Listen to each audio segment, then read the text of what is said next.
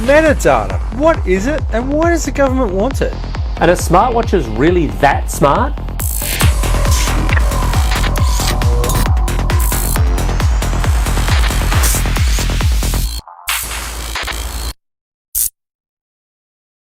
Welcome to Vertical Hold, the tech show where we channel surf through the headlines in search of the big picture. I'm Alex Kidman, and I'm joined by a man who unfortunately misunderstood what IP address meant and now has to clean up the bathroom, Adam Turner. Adam, what's happening in tech news? There are fears that Australia's community television networks may lose their digital spectrum after 2015 and be pushed across to the internet. Currently, they're using spectrum which is earmarked for a sixth commercial network, and a decision on the issue is expected from Communications Minister Malcolm Turnbull by October. The ABC's announced that it's going to simulcast the first episode of the next season of Doctor Who at the same time as it airs in the UK. That does mean an early start if you want to watch it early, but it also removes a lot of the traditional barriers that are used as excuses for piracy. It's a bit of a pity, though, that a pre-production version of that episode leaked online a little while ago. 20th Century Fox has extended its early release movie program to Australia, offering movies for sale as a digital download several weeks before they're available on DVD or Blu-ray. Australian retailers on board include EasyFlix, Google and Apple. Telstra's made changes to its prepaid mobile plans, dropping Encore Plus in favour of Freedom. But Freedom isn't exactly all that free. Right at the moment, if you're on a new Freedom plan, you can get certain unlimited calling perks, but you can't use any of your credit to buy data top-ups. You've got to wonder in this day and age whether or not that's something that the consumer wants or it's something that Telstra wants. Adam, the government's made a lot of noise recently about metadata collection. Now, what is metadata? Should we really be fussed about it?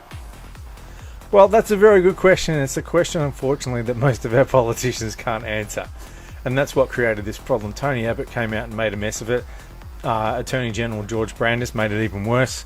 Malcolm Turnbull did a pretty good job of explaining it, and then the head of ASIO and the Australian Federal Police had to come out and call a press conference to explain to everybody. Now, the head of ASIO doesn't exactly crave the limelight. I'm sure this guy was thrilled about the fact that he had to get up in front of the national media and clean up the mess made by people selling policies that they don't understand.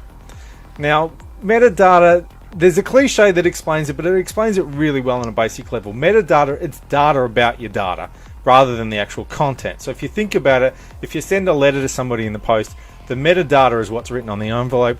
The actual content is the letter. What they want is the permission to read all your metadata, but not necessarily read the letter. If they want to read the letter, they still need a warrant, but they want to access all that metadata.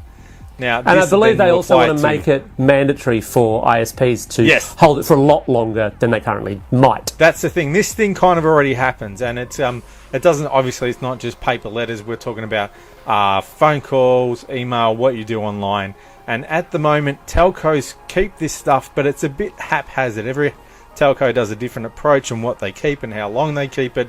And so the government already has access to it. And they've used it a few times with things, counter-terrorism stuff, a few big crimes. They helped track down the perpetrators by pinning them down with their metadata.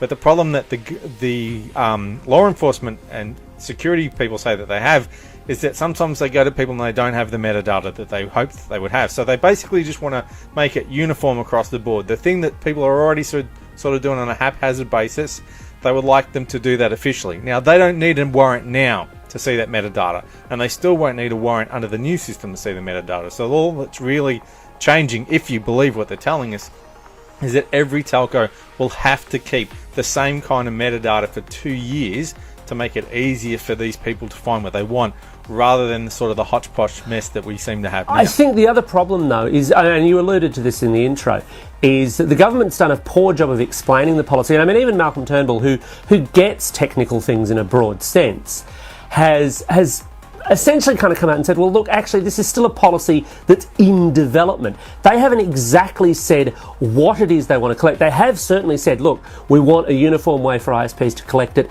We want it kept for a set period of time to aid in counter-terrorism as an example. But that's what they've thrown up as an example. I don't think there's too many people that would argue against genuine counter-terrorism dealings. The issue is, though, I think, that this actually strikes a little bit more fundamentally at a right to privacy online. And I mean, that's something certainly that I believe we should have. In fact, I think it's quite vital in the digital age that, in fact, we have more privacy, not less. What do you reckon? Now, see, I'm going to play the devil's advocate here, because most people say, well, privacy's dead anyway. Who cares about privacy? I don't care if the police know that I rang my girlfriend yesterday or if I read the Age newspaper online last night. I don't necessarily agree with that, but that is the point that a lot of people make. But I think to just look at it as a privacy issue is to miss the big picture, because what the big picture here is, once you give them access to this, how are they going to abuse it, and then what are they going to want to do next? Well, it's not just a question of how they're going to abuse it, to interrupt you. It's also a question of who's going to abuse it. Yes, once this data is collected, is it just a question of ASIO saying, right, counterterrorism, nothing else?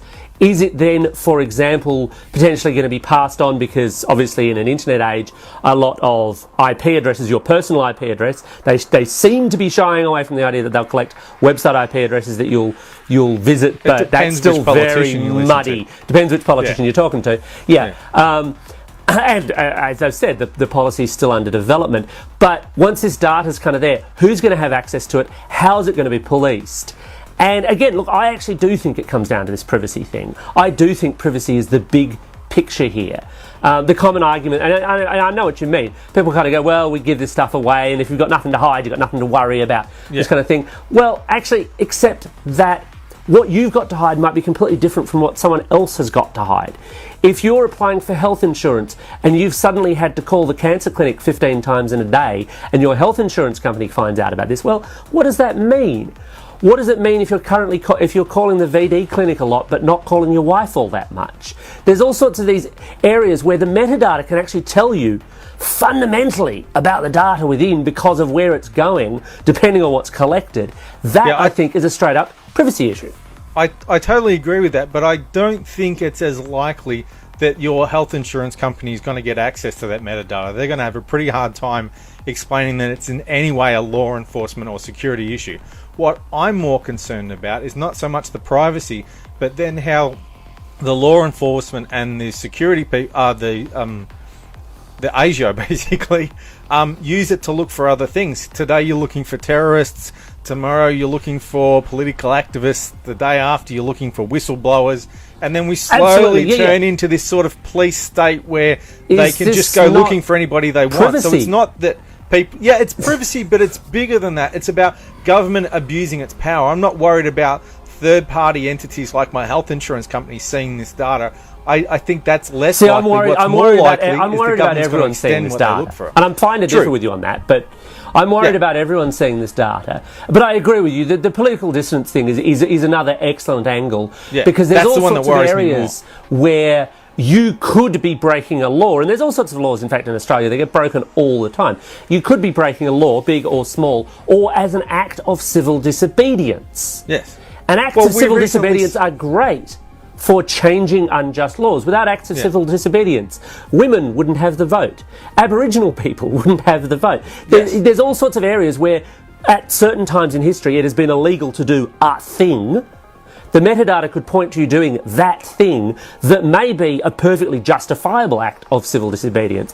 And especially in the current climate, where in fact we have an incumbent government who seems hell-bent on telling us as little as possible about what they're doing. Yeah, don't you worry your pretty little head about matters comes to mind here. Yeah, you just let me worry about that. I think it's extremely troubling that they're saying, well, actually, we want more data and we want frameworks for this data and we want all this data stored. That, I think, is a serious concern. And in some ways, the fact that they're actually so massively idiotic about it might be a breath of fresh air, because it might mean that the whole thing falls over because they don't understand it.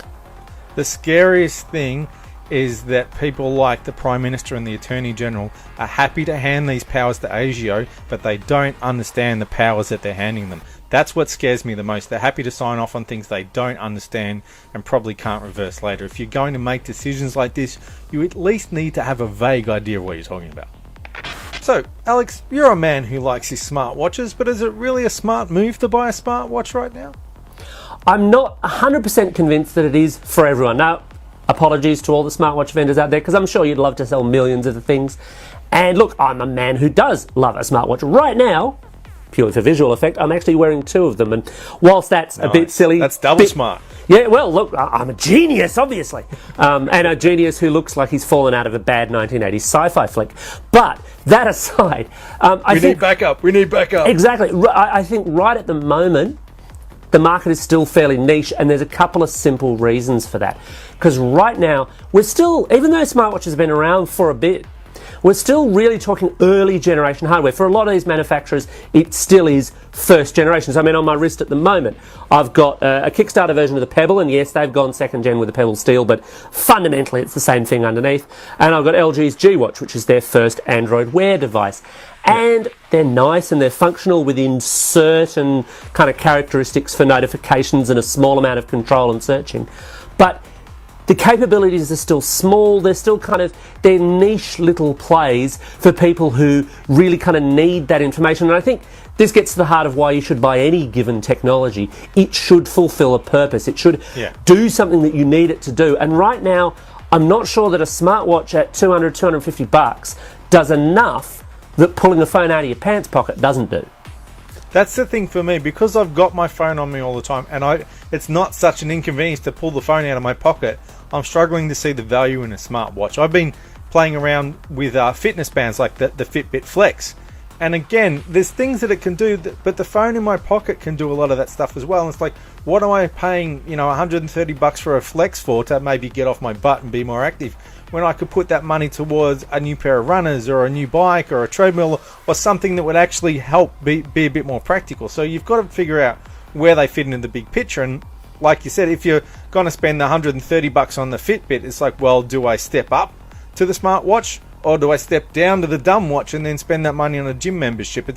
You really need to sort of figure out what your needs are and how it fits in. An astonishing number of gym memberships, of course, don't get used. So yes, that's true. That's a great investment. But how many Fitbits don't get used after a while? Well, see, I wore one for a week and I felt like I was use under an house exercise arrest. band quite a lot of the time because I really got into the kind of maths of it and the numbers, and that actually did incentivize me to walk more and to get more fit. Yeah. That's actually been a big So the Sheldon effect kicked in. Yeah, absolutely. I am a geek. If people don't know that, sorry.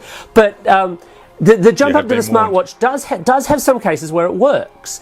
If you are a bit of an information junkie, getting this stuff to your watch can be quite useful. I find I use it in a limited capability when I'm driving quite a bit, because if a message gets flicked to my phone and it's buzzing in my pocket, I'm kind of thinking while I'm driving, oh geez, is that something I've got to deal with right now? If I can glance at my watch, and as far as I'm legally aware, I am allowed to glance at a watch while driving. I don't think that breaks any road rules, but I'm not a lawyer. Don't quote me on that one. If I can look at it on my watch, I can immediately go, oh, right, okay, yeah, that's just a piece of email that I can wait till later, or, oh, right, I'd better rush to the hospital because something terrible's happened. So there's there are usage cases for them, and it is still evolving. But right now, it is still in that early space. And I mean, there are problems of compatibility because, I mean, Samsung's got its whole range of watches which only work with its phones. And there's it doesn't take a genius Straight away, that rings alarm bells. When it doesn't take a genius to suggest that when and if Apple launches an iWatch of some sort, it's probably only going to work with iOS devices. Right now as well, I have a preference, I've got to admit, for the Pebble on my wrist over the LG G Watch for one simple reason, and that's battery life. The Pebble lasts for about 4 or 5 days. The LG, and a lot of its contemporaries, it's not just this, lasts maybe day and a half. And for a watch, that's a bit painful. You have to remember to charge this thing overnight. Does it have wireless charging or something like that? Because you want to basically, if I had a watch that wanted to be charged every day, I want to sit it on a nightstand. Wireless charge. It has a stand, and if you remember to do it, it's great. It's not a drama at all, and you might not even notice it. But as soon as you don't, you could be in quite serious trouble because suddenly you don't have you've just got a lump of plastic on your wrist, and that's that's perhaps not great for a $250 supposedly smart watch. And as I say, the vast majority of the colour screen smartwatches do this. LG's does it. I haven't had a chance to test Samsung's, but it's actually got a smaller battery, so I'm not hopeful. And obviously I haven't had a chance to test Motorola's yet. And nobody outside of Cupertino's tested whatever the iWatch will be, but hopefully it'll be a little bit better as well. But right now, if you're really kind of geeky and you like the tech and you really, really need your information quickly, whatever it might be, and the money's burning a hole in your pocket, then they're fine. But for the mass audience, I still think we're maybe a generation or two away from where they really start kind of picking it up and being a real must-buy kind of item. It's kind of like the first generation Android was at the HTC Dream. It was a very interesting concept, but there's no way in hell I would have bought one. It was 2 or 3 models in. I think the Desire was at the point where I went, yeah. The Desire was the Android sweet spot, and it was the tipping point, we need the desirable cha-ching smartwatch. Well, that just about wraps it up for another episode of Vertical Hold. And if anyone wants some of my metadata, for the record, my name is Santos L. Halper. And I'm Alex Kidman. 123 Credibility Street.